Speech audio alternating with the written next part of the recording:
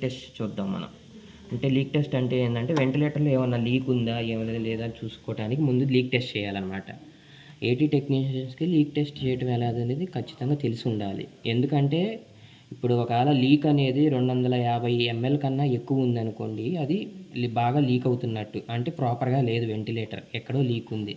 So దాన్ని మనం set చేసుకోవాలి. సో ఎప్పుడైనా లీక్ టెస్ట్ అనేది చాలా ఇంపార్టెంట్. అది ఎలా చేయాలంటే ఇది ఇలా ఆన్ చేయగానే ఇలా లీక్ టెస్ట్ నార్మల్ అప్లికేషన్ అని వస్తుంది. సో దాన్ని ప్రెస్ చేయండి. వాడే ఆల్రెడీ మనకి అన్నీ ఎలా చేయాలనేది మొత్తం ఇస్తాడు. ఈ ఫాలో అయితే సరిపోతుంది. ఫస్ట్ స్టెప్ ఏంటిది? Close flow meter flow to 0.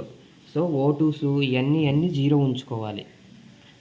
ఇవన్నీ ఆన్లో ఉండకూడదు. Next connect the Y piece to occlude zone. అంటే ఈ వై పీస్ అనే దాన్ని ఈధర్ మనం చేయితో ఎట్టైనా పట్టుకోవాలి, లేకపోతే దేనికైనా పెట్టక మూసేసి ఉంచాలి. ఓకే.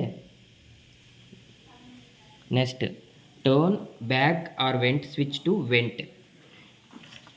ఇది వెంటిలేటర్ మీదకి పెట్టాలి. ఇప్పుడు ఇందాక బ్యాగ్ మీద ఉంది, ఇది బ్యాగ్ మీద ఉన్నట్టు, ఇప్పుడు వెంటిలేటర్ మీదకి పెట్టాలి. అది third step. Next press O2 flush button to fill the bellows. ఈ బిలోస్ అనేది కింద ఉన్నాయి కదండి, ఇది పైకి రావాలి. ఇది క్లోజ్ చేసుకోవాలి. ఇలా పైకి రావాలి.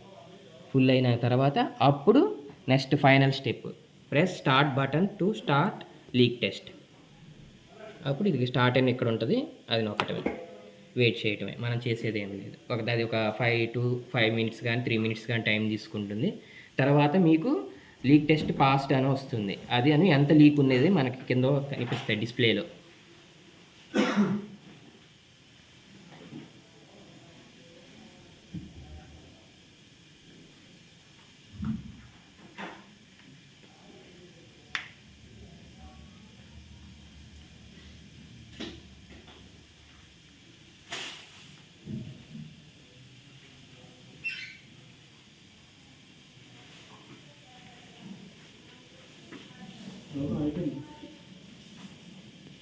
అది నేను డీజీ అసలు 2 గైడ్లైన్లు కూడా సరిపోతుంది. ఇంకా ఆల్మోస్ట్ ఇంకా అసైన్ చేసి కంప్లీట్ చేద్దాం అనుకున్నాను. అంత రైట్ ఉంది.